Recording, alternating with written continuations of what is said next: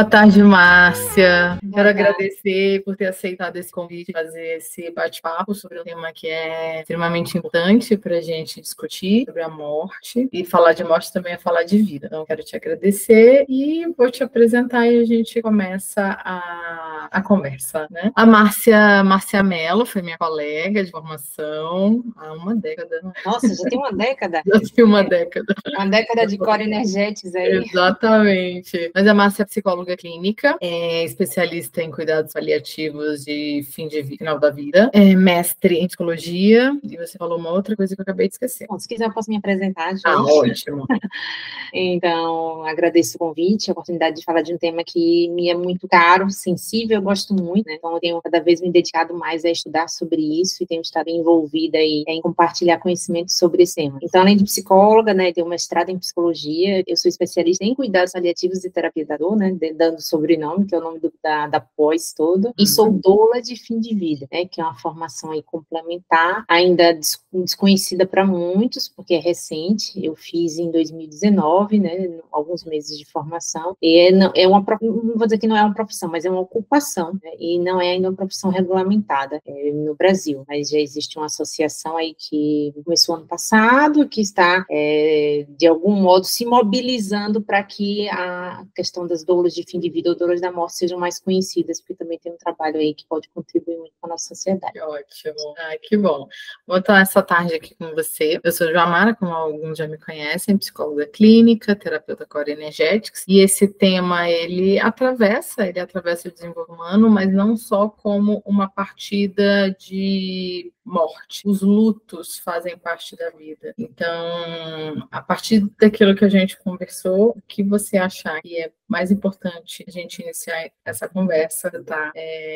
Com bastão. Acho que dentro daquilo que você convidou e do tema que você propôs, né, que é principalmente falar da educação para a morte. Você trouxe a educação para a morte e natureza da vida, mas trazendo esse foco de educação para a morte enquanto um processo que atravessa a vida. A vida é desde o seu nascimento, né? Acho que eu vou começar até puxando o gancho falando de nascimento, as pessoas costumam confundir, né, colocar como opostos, né, nascimento, ou colocar como opostos vida e morte. Na verdade, é nascimento e morte. Tem um nascer, um momento que nasce, mas a gente não sabe necessariamente qual é o dia, ninguém tem essa exatidão, né, mesmo quando a gente fala em pacientes graves, existem estimativas, sinais que indicam quando uma pessoa vai morrer, mas não existe uma data precisa. Então, nascimento e morte, não vida e morte. Vida e morte são irmãs, né? Rubem Alves é um escritor que fala muito sobre esse tema, eu gosto muito dele, e até depois a gente vai indicar alguns livros dele que abordam esse tema, e ele traz isso, né? São irmãs, e uma está aí para lembrar o sentido e a importância da outra, enquanto, como você falou, fala da vida, porque chama para que vida eu estou vivendo, né? O que eu estou fazendo do meu tempo,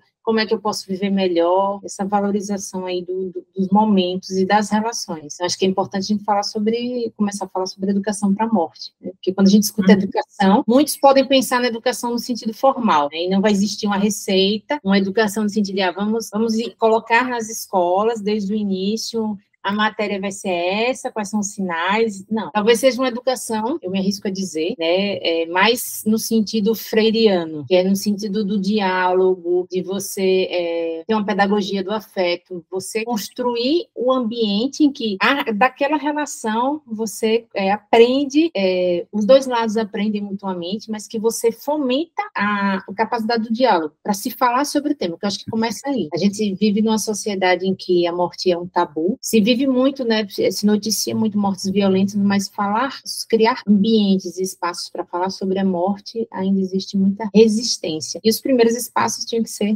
já desde a família, né? Primeiro em casa, depois na escola, para depois a gente pensar em qualquer outro ambiente, né? E ainda que tenha surgido mais, assim, literatura, mais publicações sobre o tema, mas ainda é muito uma fase já,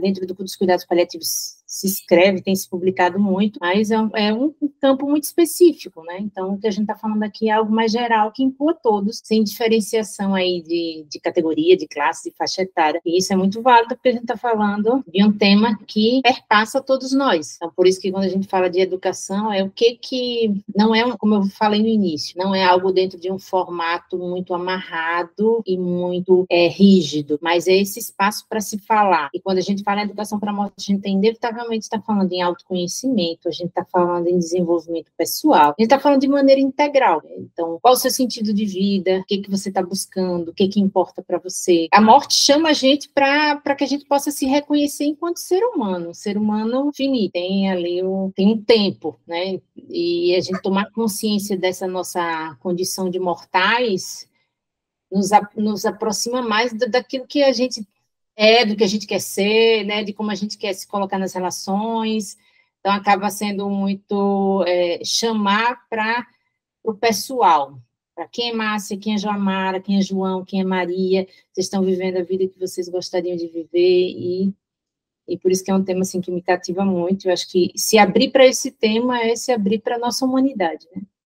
Quando a gente conversou sobre essa conversa e falar de um processo de educação, ele se dá, é um tema fundamental de estar na vida, que é falar de morte, pois nós somos finitos. A única certeza que a gente tem da existência é que vamos morrer. E nós nos agarramos a qualquer possibilidade de que isso não aconteça. Mas é a única certeza. Não tenho certeza se eu vou fazer ensino médio, se eu vou casar, se eu vou ter filho, mas eu tenho certeza que vou morrer.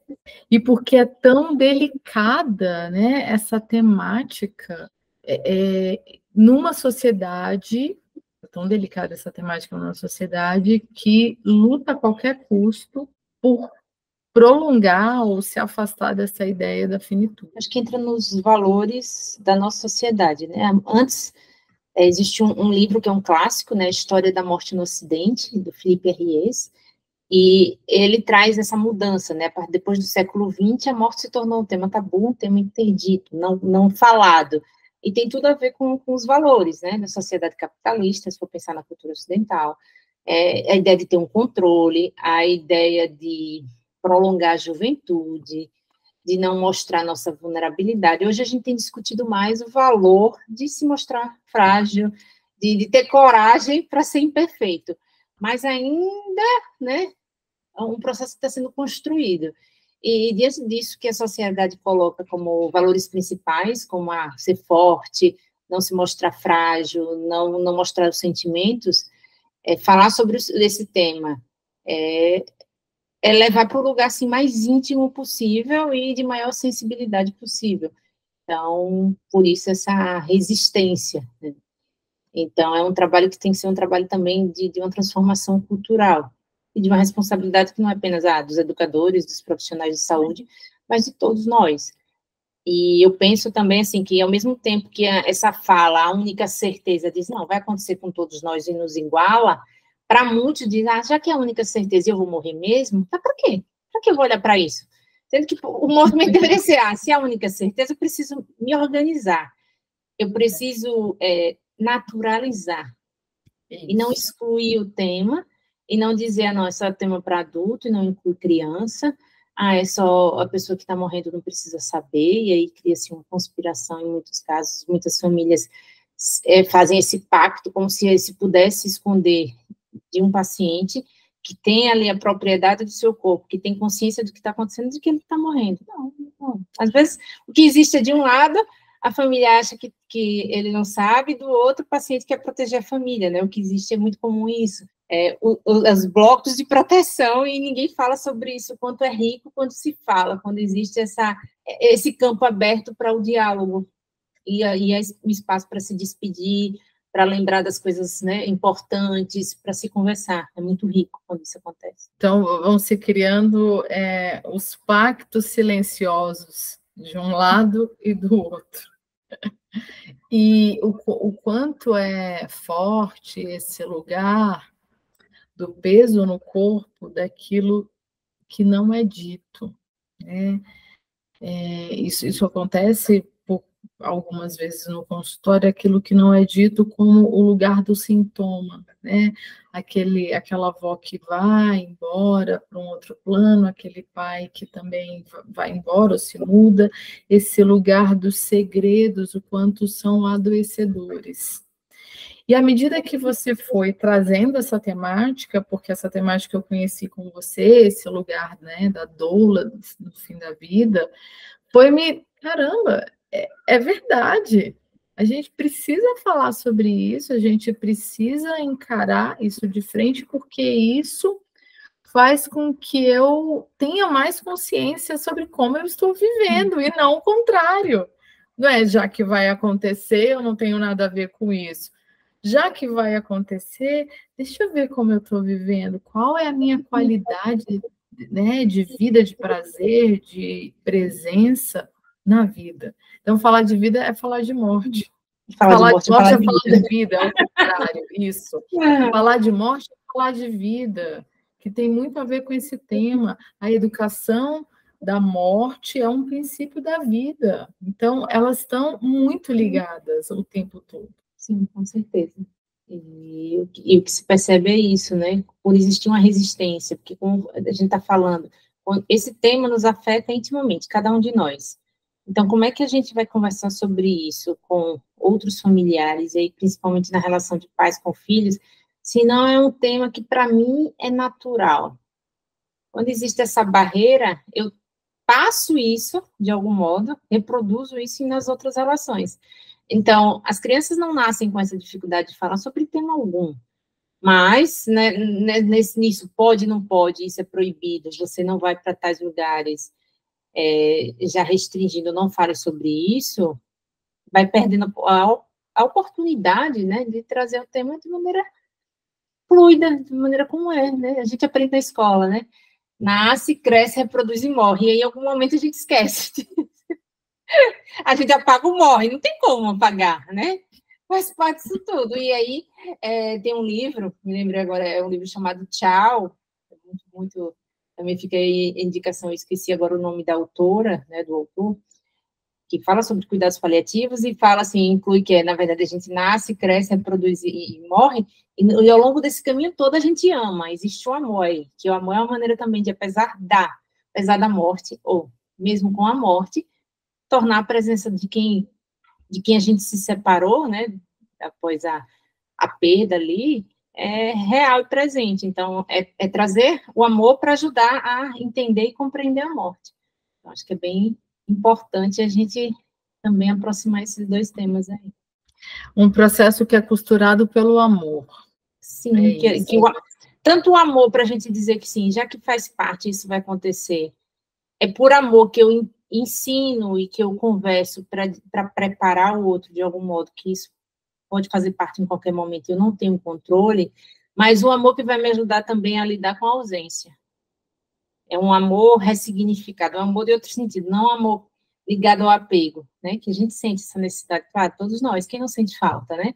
Ah, não tenho minha avó aqui, e aí eu vou lá, eu sei que a casa, não vou encontrar minha avó na casa dela, não vou poder dar bênção, não vou poder abraçar, então, isso, né, tem aquele vazio ali, só que ao mesmo tempo tem as lembranças que me preenchem do amor que eu vivi ao longo de 90 anos, né? 90 dela, não foi os meus 90, mas assim, até agora, né? Até o ano passado, no caso, né? Que eu vivi essa experiência de perder minha avó no passado. Então, os 40 anos da minha vida foram tendo a presença dela, ela construiu esse afeto que fica. Então, enquanto eu viver, enquanto eu tiver memória, esse amor está aqui. Então, esse é um exemplo, assim, do quanto o amor ajuda ao lidar com o tema antes e ao lidar com o processo de luto também depois. Então, você puxou um gancho, né? Como que acontece, né? Você está falando que ainda não é uma carreira, mas é uma ocupação, as doulas do final da vida, como que vocês preparam, ajudam nessa elaboração do luto? Porque eu digo que nesse caso não é específico das doulas, né? Quando eu falei da formação, porque o trabalho do luto é um trabalho que pode, a depender do nível de assistência, né? Pode ser, de algum modo, passar pela intervenção de todos nós, né? Se a gente fala de um acolhimento inicial, de dar um primeiro suporte, família, amigo, passa por todos. E aí, à medida que a gente vai percebendo que esse luto está tendo algumas dificuldades, ou tendo algumas necessidades, aí esse luto já precisa, um psicólogo, né? Aí não entra a doula, porque a doula tem esse suporte mais prático, de diálogo, de possibilitar, né, algumas resoluções práticas, mas não especificamente do luto, mas dá um apoio geral. E aí, quando esse luto, aí partindo já para um outro nível de assistência, é um luto que se prolonga mais, que dá sinais de maior dificuldade de travessia, vou usar essa palavra, porque não existe superação, aí precisa um profissional especializado em luto. Eu acho que é bem importante a gente fazer essa diferença para não dizer, não é a doula necessariamente, né? Não, eu tenho um psicólogo que pode dar esse suporte no nível de assistência, assim, mais detalhado, e o profissional especialista em luto já numa questão que exige uma demanda maior. E eu acho que é bem importante, porque, assim, o luto é um processo natural, esperado, e não é uma patologia, né, porque existem as categorias, e não existe um tempo definido, assim, para dizer, é normal ou não é normal, ou é normal e é patológico, não é um tempo preciso. O primeiro ano, geralmente, é um ano muito mais delicado, né, porque passa por aquelas datas significativas, é um ano de organização, e é depois desse primeiro ano que talvez sinalize, a depender de como a pessoa se coloca, uma necessidade de uma intervenção maior ou não, né, de uma ajuda profissional. Mas, de todo modo, a gente não ficar preso à questão do tempo. Passou de um ano, vamos olhar o relógio e é isso. Não, é muito mais assim, se a pessoa está isolada, se fechou, se as coisas que faziam sentido para ela simplesmente abandonou. Então, como se fosse uma coisa de, vou deixar de viver a minha vida e ficar ali preso naquele universo do passado, de uma culpa pelo que aconteceu, né, de, poderia ter feito diferente. Então, é um conjunto de sinais que indicam para a gente a necessidade de um encaminhamento ou de um suporte aí mais especializado. Mas ficar atento que, assim, o luto vai acompanhar, né, luto em virtude de rompimento de vínculos significativos, porque o luto é isso, é um rompimento, né, de um vínculo significativo, essa separação, ele vai acompanhar a gente enquanto a gente existir.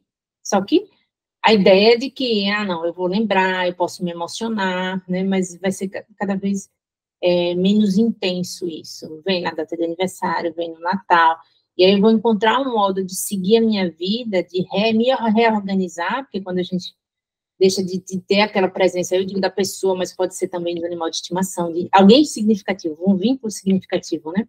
A vida muda, é outro mundo, né?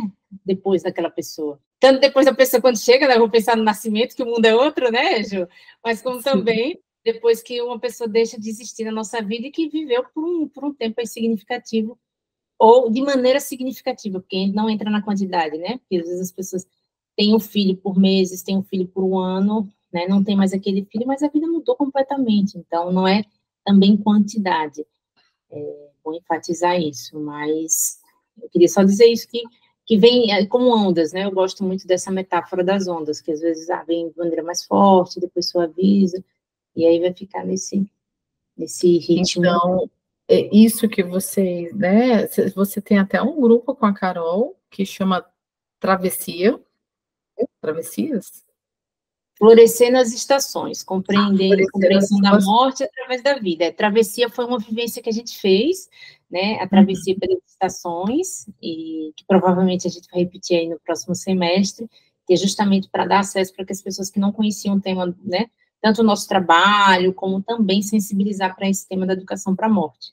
Que é justamente porque a gente entende que é esse processo de travessia, né?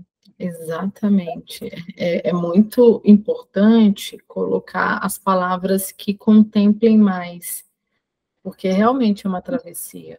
E aí você falou, perdi a minha avó o ano passado, volto para casa e não vou encontrá-la. Eu perdi a minha avó há 11 anos. E é uma travessia. No primeiro ano que você está sensível com tudo, e aí você vai se acostumando com aquela ausência. E aí eu lembrei, enquanto você foi falando, né? Eu tinha uma gata aqui em Brasília, e essa gata, né, morreu. E como esse luto, a elaboração desse luto foram ondas, né? Foi um processo, e é um ressignificado, porque sempre me toca quando vejo as fotos, eu lembro, nossa, eu tive um gato tão especial.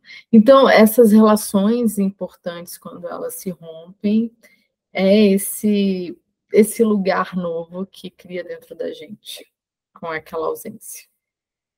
Que precisa de tempo, de acolhimento e muitas vezes de um acompanhamento para a pessoa se organizar. Às vezes ela não consegue se organizar sozinha, mas a maioria consegue. Você pode, numa das nossas conversas, você trouxe alguns exemplos, né? Você pode trazer alguns exemplos dessa tua prática? Porque tem as questões do grupo e tem as questões individuais, né? Eu atendi já alguns casos, eu atendo na clínica, né? Já atendi em domicílio acompanhando aí, não no luto, mas aí, sim, previamente, pacientes que estavam em cuidados paliativos e depois algum contato com a família. E acho que os exemplos que eu conversei com você aí nos bastidores foram exemplos do hospital, né? Que eu sou psicóloga hospitalar também, atuando em UTI, então, ambiente de uma unidade crítica, que é bem comum a gente lidar com mortes e ter que dar esse suporte para os familiares, e também no ambulatório de cuidados paliativos com a equipe multiprofissional, que também a gente tem esse contato aí de acompanhar os pacientes numa fase de final de vida e depois ter esse contato com a família. E a gente acaba vinculando e precisando, né, e vendo que faz muito sentido tanto a orientação prévia, quando a família tem quando o diálogo é aberto e consegue dar indícios de que, está acontecendo, quanto mais o diálogo é aberto, no sentido de aproximar da família e de ir organizando para dizer o que está acontecendo, que a gente percebe que a família consegue ter mais estrutura para lidar com a notícia depois. E aí, no caso das crianças, né, porque eu acho que eu também eu foco muito aí do que você fala, tanto na UTI eu vivi, assim, vivi algumas experiências, mas aí eu vou trazer uma que eu lembro na UTI, que lembro no ambulatório, desse momento de despedida, quando sabe que, geralmente as crianças são mais incluídas, né, porque o ambiente hospitalar é um ambiente que tem algumas restrições para o processo de criança, né, principalmente menores, tem que ter todo um cuidado, claro, e aí quando o paciente está mais crítico e sabe-se desse risco maior de que não vai voltar para casa, a família se vê assim, não, eu preciso falar, né, então, aí é quando elas precisam mais, e aí acaba chamando, vamos chamar a psicóloga para ver como é que eu falo, quando eu falo, e aí teve um caso, assim, no passado, que eu lembro que tanto a gente foi dando orientação de como falar, e aí uma dessas, eu orientei para vir para visita, né, para ter a chance também de concretizar, de ver como é que a mãe estava, e nesse atendimento, na verdade, eu consegui fazer, e não quis fazer um outro, né, porque para ela ficou claro o que estava acontecendo. Essa menina tinha uns 11 anos no máximo, e aí eu dei um papel, ela desenhou, e aí ela fez um desenho, assim, que eu lembro muito claramente, assim, a gente conversando, perguntando o que ela precisava saber, e ela foi fazendo algumas perguntas, mas ela já sabia. O pai estava presente nessa conversa, a gente sempre, a criança, né, dá essa possibilidade, até para ela se sentir segura, porque não me conhecia, e ela foi dizendo, né, o quanto ela sabia já, porque se percebe, né, se percebe que a família muda, a dinâmica muda, a rotina muda. Então, as famílias às vezes querem esconder quando está tão evidente para todo mundo e acha que não, a criança não vai perceber, muito esperta, são muito sensíveis. E muito foi mais ela dizendo do que eu orientando, né? Eu fui mais evidenciando algumas coisas, acolhendo. E aí ela quis desenhar, ela desenhou um coração enorme, muito colorido o coração, tinha uma flecha, só que no meio tinha uma flecha do coração. E aí tinha gatinhos que ela tinha, e que esses gatinhos, de algum modo, a mãe que tinha permitido que entrasse na casa, então tinha essa figura dos dois gatinhos, e estrelinhas, e uma estrela bem grande. E aí ela colocou obrigada, Márcia, né? Obrigada pelo carinho, colocou amor, né, no papel, então é um papel muito colorido. Só que ela ficou bem emocionada, então vai dizer, não, existe dois, existiu, mas existiu dois, existiu pouco, que me chamou assim, que era um desenho muito colorido, e ela sabia que a mãe, né, dentro da compreensão dela, e muitos pais falavam, vai virar uma estrela, então é uma compreensão possível, né, não vai estar aqui mais, né, então vai passar para uma outra dimensão, e ela trouxe isso, um desenho representou muito. Então, o quanto a gente precisa dar espaço e, às vezes, dar recurso para que a criança manifeste o que ela sente. Então, esse foi um caso da UTI, que ela depois, o pai ainda voltou, mas ele disse que ela não queria mais ver, que ela já tinha visto, e eu acompanhei ela até visitar a mãe, depois eu perguntei como é que ela estava. Então, é um acompanhamento que é prévio, que essa conversa foi prévia, você acompanha lá, e depois tem que ver como é que a criança ficou, né? E ainda depois segue acompanhando para ver como é que foi em casa depois. E para ela, aquele atendimento foi, assim, a visita à mãe, aquele momento, em si só, para ela, bastou para ter as respostas ou as confirmações que ela precisava, não precisava de outro. Até porque a mãe estava numa situação que ela não se comunicava, né? Estava entubada, não UTI, então tudo aquilo. E um outro caso, assim, que para mim foi muito especial, que aconteceu também no ano passado, estou lembrando dos casos que são mais recentes, que talvez sejam mais fáceis, mas que foi bem especial, que dificilmente eu vou esquecer, é o caso de uma família que a gente acompanhou o pai era paciente lá do nosso ambulatório, né, que é um ambulatório de cuidados paliativos, ou seja, ele tinha uma doença grave, que sabia, né, que era ameaçadora da vida, estava em acompanhamento, e o quadro, de algum modo, complicou, a gente não tinha essa... casos complicam às vezes, né, por alguns motivos, e ele acabou se internando, paciente oncológico, se internou, e foi tudo muito rápido, né, ele complicou e faleceu. E ele teve algumas dificuldades aí que a gente atende no ambulatório, então acompanhava ele enquanto ele estava indo para casa, e não na unidade que ele acabou se internando lá no hospital. Mas a esposa fez contato, querendo ver a gente, querendo ver a equipe, e falando dos filhos, que eles não conseguiram ver o pai, eram duas crianças de 6 e 9 anos, não tiveram a oportunidade de ver o pai nessa unidade crítica de internação, era uma outra unidade, não, que eu trabalhava. E aí a gente deu espaço, porque geralmente, dentro do ambulatório, a gente faz contato depois com as famílias, pacientes que a gente acompanha, para dar um acolhimento e dessa possibilidade de um atendimento presencial, para dar um primeiro suporte. E aí eles foram, né, eu, a médica, a enfermeira, não estava nesse dia, nessa reunião de acolhimento, e a mãe e as duas crianças. A gente fez uma grande roda, né, deu espaço para que falassem, e parecia assim, 6, 9 anos, tá? A fala foi dominada por eles, assim, de uma maneira incrível, que eles falaram, assim, muito, assim, da saudade do pai, né, de quanto eles percebiam todo aquele caminho, viam que alguma coisa estava acontecendo, viu a reação da mãe quando recebeu o telefone, mas ela não falou com eles.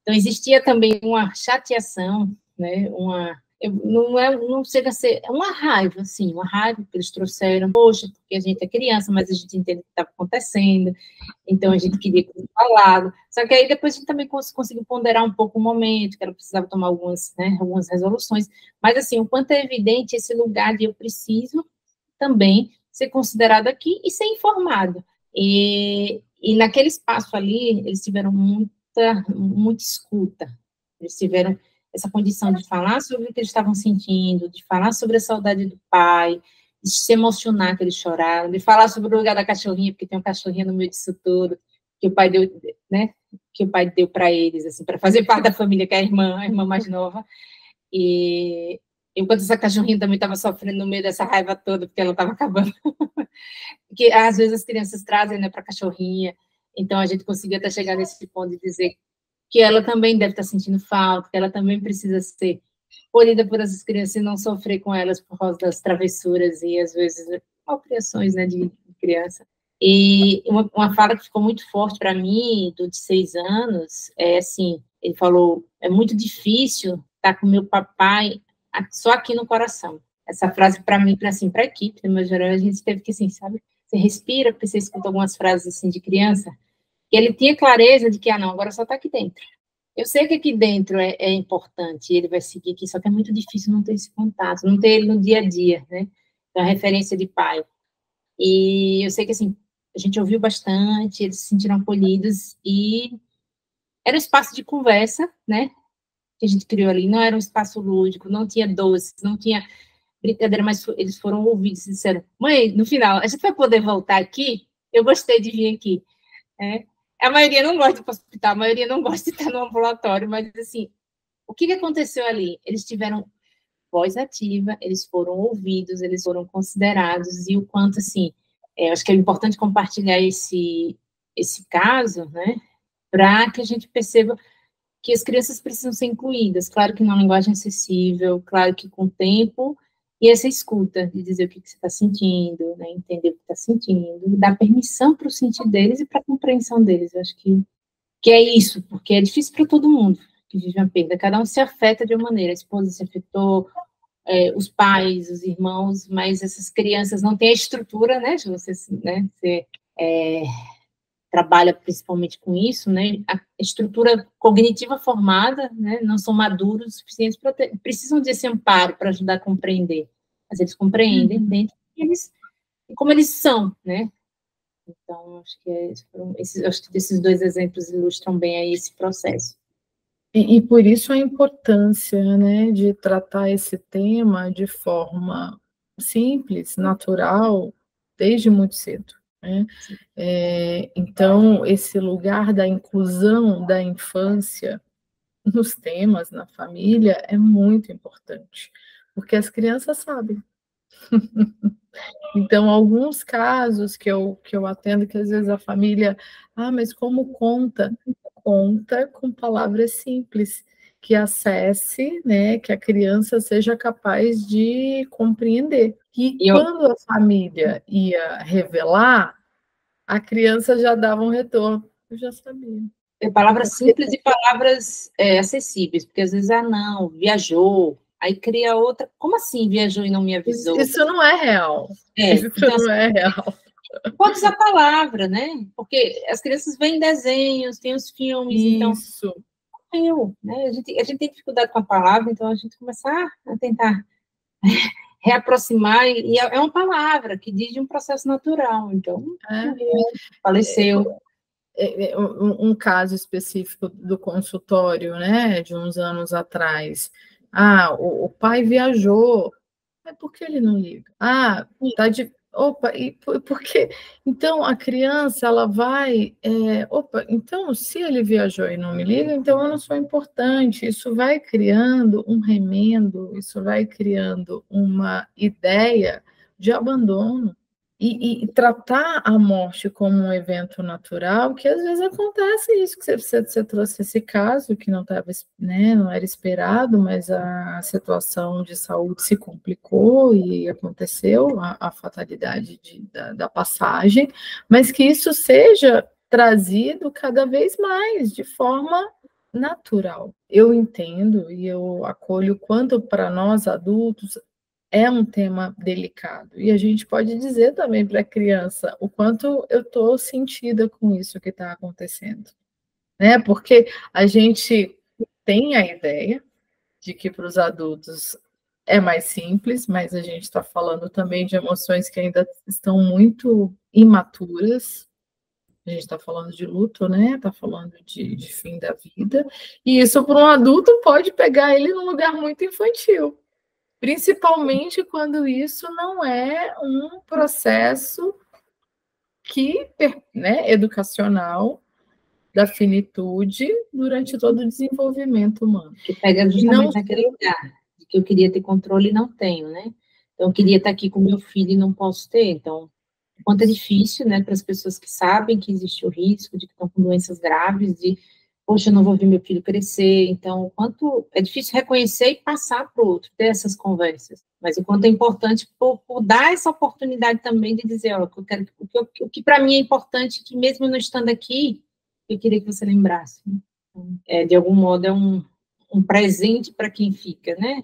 Assim, lembrar, minha mãe falou sobre isso, eu vou lembrar para sempre. Dentro da impossibilidade, porque a gente está falando de morte enquanto algo que a gente realmente não controla, inevitabilidade, e incontrolabilidade, né? Então, é isso. E aí você falou do abandono, né? E o quanto também, diante de mortes, mesmo não sejam tratadas assim com essas palavras de viagem, de que foi para longe, que realmente não é indicado, mesmo a morte em si, o quanto a criança, de algum modo, traz como se fosse culpa dela, né? Em muitos casos acontece isso. Será que foi alguma coisa que eu fiz? Será que, sei lá, e aí cria, porque é toda uma construção aí de fantasias. Então, a importância de, realmente, mais uma vez, reforçar a clareza. É dizer, não. O quanto, se a gente explica, diz, não foi, não tem nada a ver, isso ia acontecer independente de, né?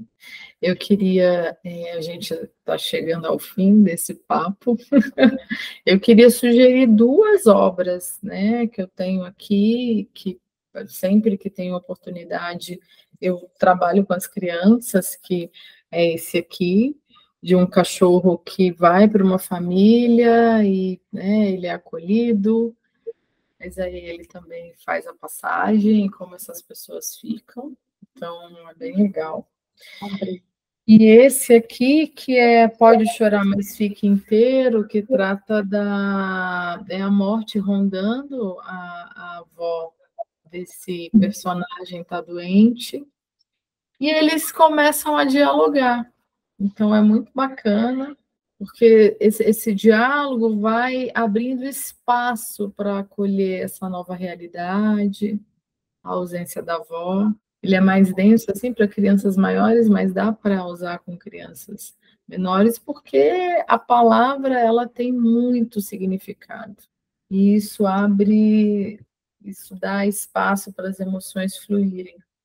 Isso, as histórias conectam, né? Eu gosto muito também, você sabe que eu compartilho muito tanto livros quanto filmes no Instagram, né? Eu separei alguns, esse daqui que eu postei recentemente, né? Quero Viver para Sempre, que parei no sentido de que também tem uma relação com a avó aí, também interessante, por trazer a importância aí das memórias, do quanto as memórias ajudam a lidar com esse processo de luto. Eu falei que ia citar 2 de Rubem Alves, tem mais, né, mas eu vou citar esse O Medo da Sementinha e a Operação de Lili, que abordam esse processo tanto de adoecimento quanto da morte, os dois tratam a questão do medo. Meu Filho Pato é um também, né, de Ilan Brennan, que fala sobre temas que ninguém quer falar, e entra muito, né, uma coletânea, na verdade, ele tem algumas crônicas aqui abordando o tema, então eu também indico esse. E para adultos, eu acho que é importante citar alguns para adultos também, né, porque os adultos... Os adultos precisam olhar para isso, para que as crianças simplesmente sigam, né, olhando com aquela curiosidade, com aquela naturalidade, é só deixar que elas simplesmente sejam elas. Eu vou dizer um livro muito popular, mas eu acho que ajuda a lidar com o tema, que é o de Ana Cláudia Quintana Arantes, que é A Morte é um Dia que Vale a Pena Viver. Eu gosto muito do livro Os Mortais, para mim, assim, um livro que eu destaco bastante, do Atul Gawande. E um outro que eu indico também, que eu acho que chama para esse assunto, eu também postei recente no Instagram, que é um livro da Bronnie Ware, que é Os 5 Arrependimentos Antes de Partir, que de algum modo até inspirou um dos livros, um filme, né, o filme é Antes de Partir, né, a tradução em português, que fala da bucket list, né, daquilo que a gente precisa fazer antes de morrer, né, que quando a pessoa recebe um diagnóstico no filme, né, os dois protagonistas têm um diagnóstico, né, de uma doença que é grave, que tem, de algum modo, uma previsão ali de terminalidade, e eles se organizam o que é prioridade na vida deles. Mas no livro, ele traz, assim, 5 lamentos. E é bem válido para a gente pensar na nossa vida, porque são pessoas que estão na fase final e que dizem, poxa, se eu soubesse disso, se eu tivesse a chance, eu teria dado prioridade aos meus sentimentos, a viver uma vida verdadeira, aos meus amigos, a trabalhar menos. Então, traz algumas questões aí para a gente refletir, que eu acho que vale a pena também. Então, eu indico aí esses 3 para os adultos. Lembrando que os livros de crianças também estão para adultos, né, Ju? Acho que é bem importante lembrar, é uma leitura coletiva, porque às vezes aquele livro ali, que eu estou dizendo, esse livro aqui, O Medo da Sementinha, seja qual for que você indicou, você, assim como tem muitos, nossa, tem outros tantos livros aí, são livros que nos afetam e que dizem, não, isso é para mim também, não é para criança, não é para humano, para ser humano. A minha coletânea infantil eu uso muito com as crianças em corpos de adultos, e funcionam bastante, porque a gente está falando de um lugar emocional que não amadureceu. Então, tratar isso nas famílias é uma ferramenta muito potente. Trazer esses temas, então esses que você citou, eu vou dar uma olhada também, porque a gente evita de falar de temas difíceis, e os temas difíceis acontecem na vida, eles atravessam, né? A gente está falando de luto, mas o luto de todas as fases da vida. De um bebê que vira uma criança, de uma criança que vira um adolescente, de um adolescente que vira um adulto, é um luto. Eu já tenho, daqui a um mês eu vou ter uma criança na minha casa, eu já estou morrendo de saudade, porque era um bebezão. e o quanto isso, né, mexe com a gente em lugares, né, muito sensíveis. Então, tratar de luto é também falar disso, né, falar dessas fases da vida, dos projetos que não aconteceram, dos casamentos que se rompem, Não é das só, mudanças de trabalho, de todas as mudanças de cidade. não é só a morte biológica, né? Essa morte definitiva, são esses processos, as mortes no plural, que são vividos e que precisam ser lidados, né? Então, por isso que realmente é um processo para a vida toda. É um lugar para a gente olhar. Quando houver vida, a morte está acompanhando também. Exato. Márcia, eu quero te agradecer por esse bate-papo. É um tema delicado, mas foi muito leve para mim estar aqui com você, que é uma pessoa que tem uma confiança, uma referência para falar desse tema. Esse tema cheio de tantos sentidos. As pessoas se surpreendem com isso, que às vezes se amedrontam, vai falar sobre o tema e depois vê que ele pode ser abordado de maneira leve, de maneira natural. Ele está aqui, está entre nós, né? Ele está entre nós. Precisa ser macabro, não precisa ser assustador. Né? E isso acho que é uma das coisas que dificulta, né? O como a mídia muitas vezes coloca e como as notícias sobre morte estão associadas à morte violenta. Então acaba gerando também essa imagem. Isso. Mas esse fim de semana eu entrevistei a Liane Zink em São Paulo, e ela está com 80 anos. E ela está, assim, em pleno vapor profissional, formando muitas turmas de biossíntese bioenergética. E a gente estava falando das compulsões, do que foi essa coisa da pós-pandemia, com tantos diagnósticos de depressão e ansiedade, e como as pessoas estão com medo de morrer. A compulsão fala desse lugar, esse excesso de beleza a qualquer custo, eu não, né, a saúde a qualquer custo, eu estou querendo congelar algo, não é uma saúde com vivacidade, é uma saúde congelada, onde eu estou com medo de morrer. Foi muito bonito, assim, da forma como ela foi trazendo, porque a biossíntese é uma parte que tem muita espiritualidade na psicoterapia corporal, que conversa muito com a Core, né?